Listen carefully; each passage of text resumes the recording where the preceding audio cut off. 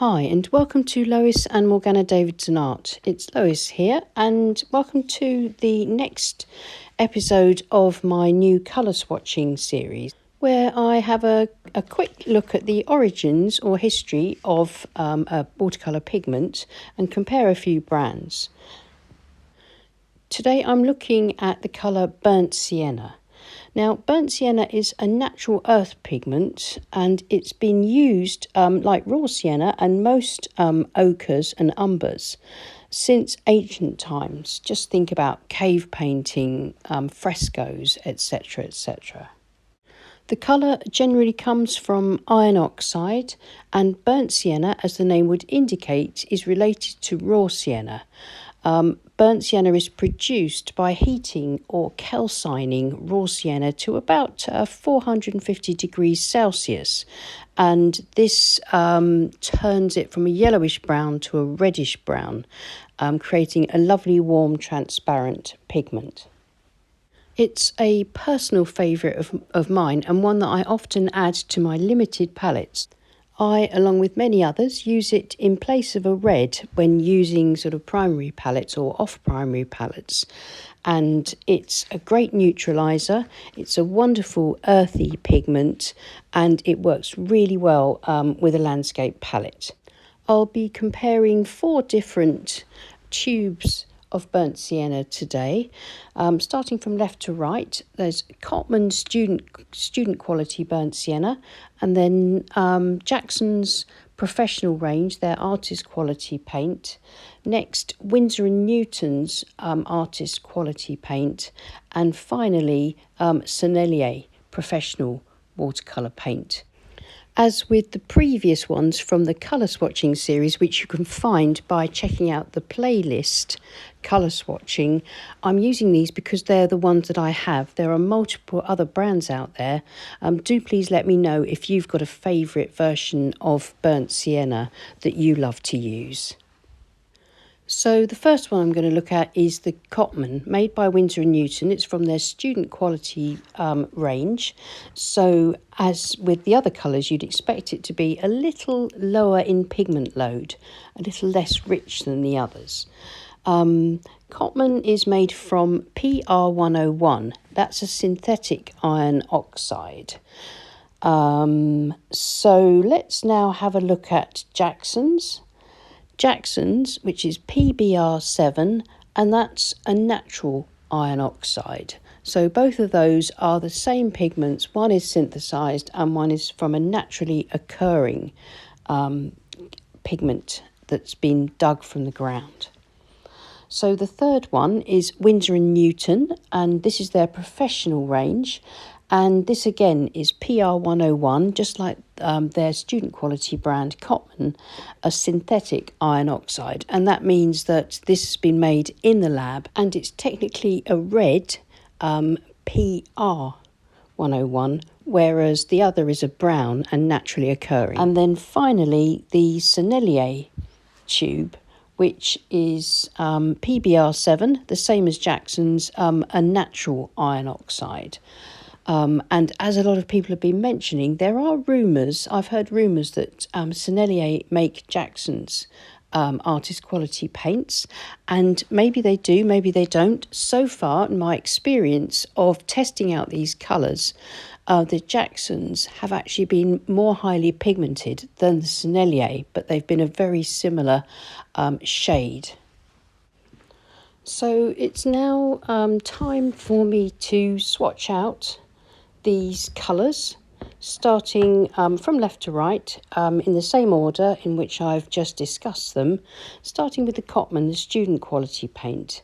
I'm using a 3/4 inch flat brush to do this. I find it ideal for swatching out like this and trying to get a nice strong value at the top, and then allowing the paint to run out on the brush so it becomes paler and paler. So we see the full range of values from dark through to light.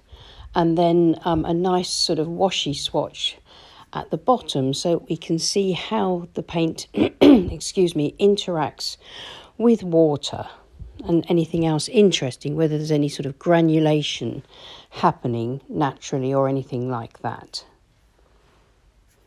So that looks pretty much as I would expect, a nice warm reddish brick colour. And now the Jacksons. And straight away you can see the difference, really highly pigmented and much browner.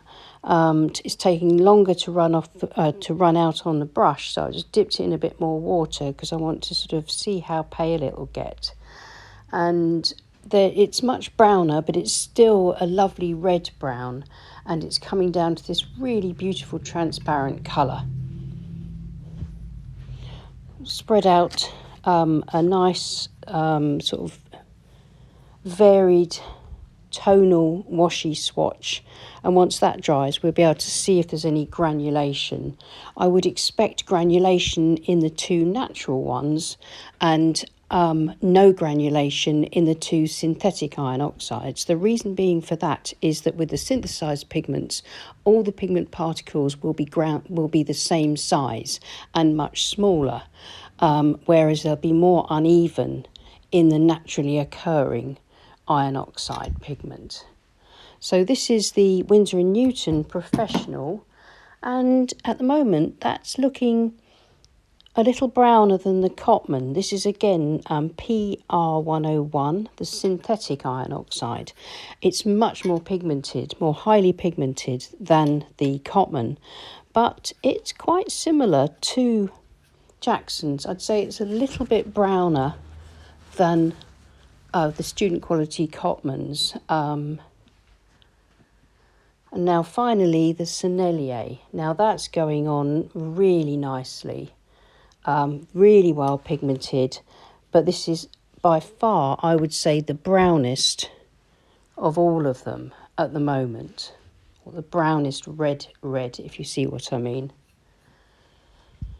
So I'll do the washi swatch for this one.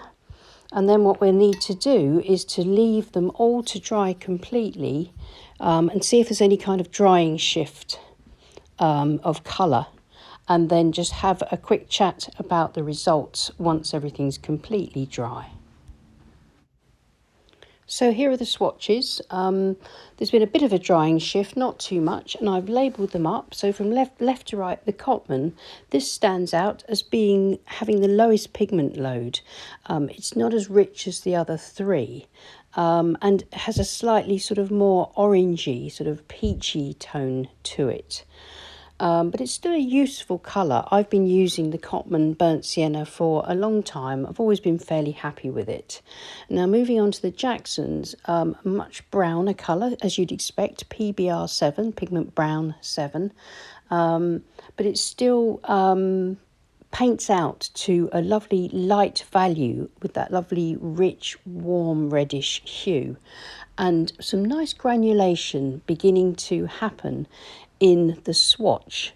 You can see the pigment particles sort of settling out a bit into the grain of the paper. And then moving on to the Windsor Newton, again the synthetic iron oxide, no granulation, but a lovely brown colour, much browner than their student quality equivalent. Again, it's very close, even though it's a synthetic colour, they have matched the colour very closely to the other two. And then finally, looking at the Sennelier, this looks to be both the richest with the deepest pigment, but also the brownest pigment. Although again, that kind of swatches out to a nice light reddish brown value, but it is by far browner than the others. So I hope that's been helpful. As always, I think the ones that you prefer, it'll be down to personal preference, down to how you use the colour or how you want to use the colour, according to the kind of colour that you'd want. I think for most beginners, the Cottman, which is really cheap, is great to start with. But as you progress, then moving on to a sort of a more pigmented burnt sienna, maybe one of these other brands or another artist quality brand that you particularly like would be good. And if you're after granulation, then definitely go for a natural pigment rather than the synthesized version, which won't give you any granulation. So that's it for today's colour swatching episode.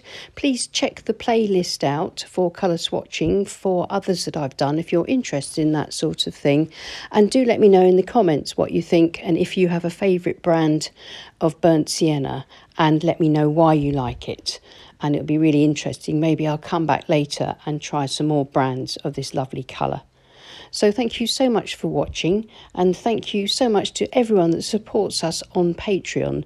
If you want to support the channel, then why not follow the links below, and Morgana and I would be really happy to see you in our Patreon groups. I'll see you again soon.